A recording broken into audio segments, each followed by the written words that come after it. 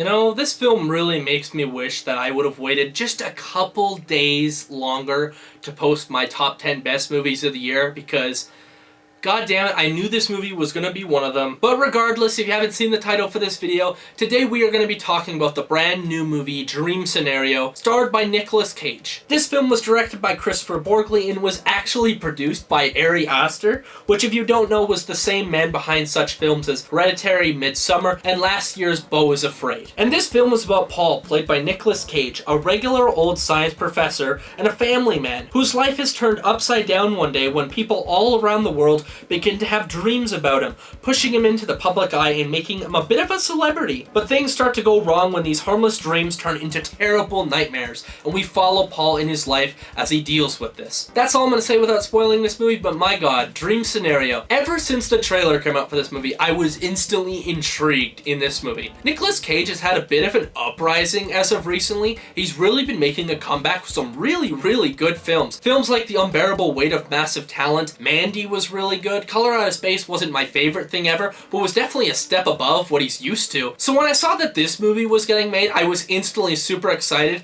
and the premise really intrigued me. I was really excited to see what this movie was going to be, because this movie was produced by Ari Aster. I definitely don't think this movie is on the same level of some of Ari Aster's other films, also considering that this wasn't directed by him, but this film was still really interesting, and honestly, one of the most sad and depressing movies I've seen all year long, and most likely coming into the next year, probably. This will probably be one of those films, but regardless of the fact, I felt this movie was honestly kind of excellent in almost every way. I really think the best part about this movie is how it handles its main themes. This movie, I guess you could say, is one of those movies where it is very much up to interpretation, which may get a couple people rolling their eyes like, oh god, it's one of these movies, these like super artsy-fartsy movies that is just very confusing. Like, I think a lot of people will go to Beau is Afraid on this one, a film that really didn't make a whole lot of sense, did have a lot of symbolism and a lot of meaning behind everything it was doing, but honestly was pretty intimidating to the casual moviegoer, which is why it didn't do super well. And this has been a reoccurring thing with a lot of elevated horror movies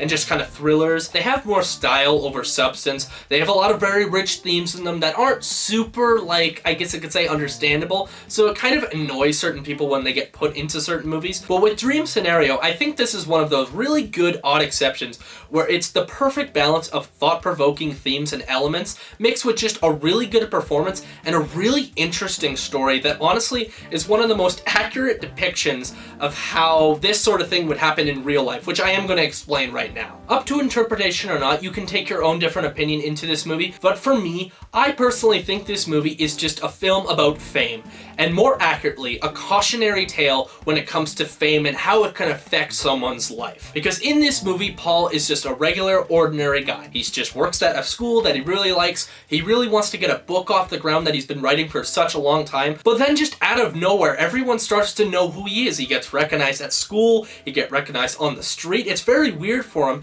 and what we soon learn is that there's just this phenomenon that's going on where everyone in the world is just seeing him in his dreams for no reason. He'll just be there. He'll just like walk into frame awkwardly and just kind of... But considering he's just this regular guy, when he's pushed into the public spot like this, it's obviously very overwhelming for him. Like, he doesn't really know what to do because he doesn't really like interaction with other people a whole lot anyways, but he sees this as an opportunity to get his book made, which is his big thing in this movie. And it is really sweet because honestly, Nicolas Cage's character in this movie is wonderful. He's a great guy. He's a good guy. You like seeing this guy getting, I guess, the proper recognition that he deserves because he's very passionate about what he does. But the film really starts to get very interesting and dark and depressing and sad is when it starts to talk about the other side of fame, the dark and scary part of it, where everything you say on the internet or just say in reality can really affect you in the future. And in this movie, it's especially sad because Nicolas Cage in this movie has no control over how people dream about him. It's a phenomenon that has nothing to do with him. Like I said, he's thrusted into this situation. So when later in this movie, people start having nightmares about him, and they start depicting Nicolas Cage as this murderous, psychopath, rapist, terrible person, it traumatizes everyone around him. Everyone on the planet suddenly just hates him. Even though everyone knows that it's not his fault, he has nothing to do with it. And I think this movie was really going for more of a cancel culture style message for its last little bit of the movie, and I think it did it very well. And how it's kind of showing a perspective of someone who really hasn't done anything wrong. Like, honestly, you can see where the people are coming from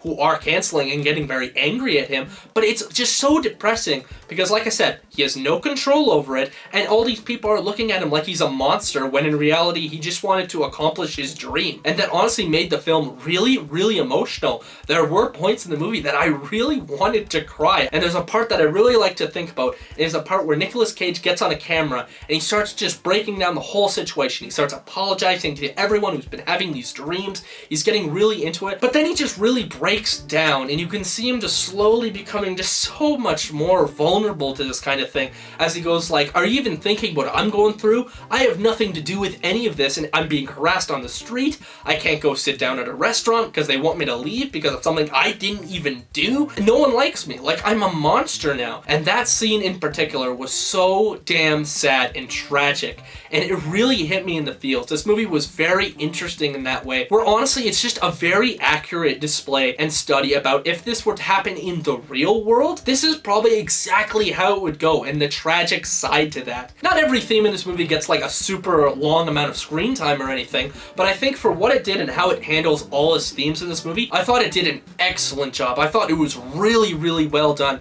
Very effective and very heavy and just very well done. My god, I can't stress it enough. And obviously moving on to another thing, Nicolas Cage. I thought Nicolas Cage was absolutely awesome in this movie. I can definitely say with full confidence that this is one of the best roles he's ever been in. And that's the sheer reason he's not playing anyone like super wacky, you know, he's not overdoing it, he's not playing like an assassin or something stupid, he's not playing Ghost Rider again.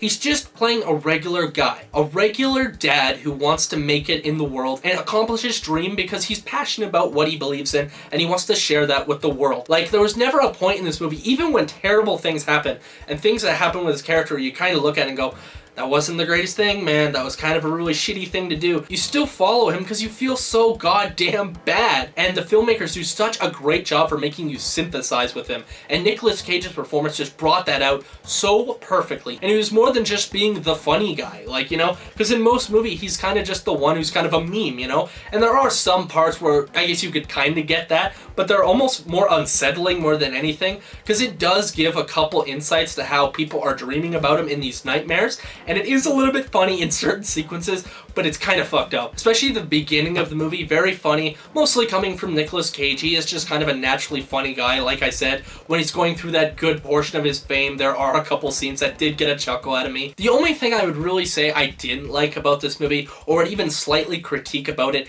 is the last 10 minutes, because like I said that the themes in this movie were very well done, and that is very true. But the last 10 minutes, they introduce a theme about sort of like commercialism and social media, and it's kind of just weaved into every element and theme of the movie, but the last 10 minutes is really where they make that message the forefront, and I think it was pretty out of place. Like, I honestly thought it was just way too much. I understand what they were trying to do in the movie, but it kind of took me out of the movie at the last 10 minutes, which is unfortunate, because I was loving it up to that point. I was like, okay, that's a little weird. I don't think you needed to go nearly that far. I understand why you did. I just didn't like it. But honestly, that would be the only thing I would even slightly critique. And that's why I'm going to give this movie a very solid 9 out of 10. I think this movie is one of the most depressing and real movies of this year. It covers this whole idea of fame, and I thought it did it brilliantly, covering both sides of it. And I also think that Nicolas Cage was absolutely awesome in the movie. I love the presentation for the movie.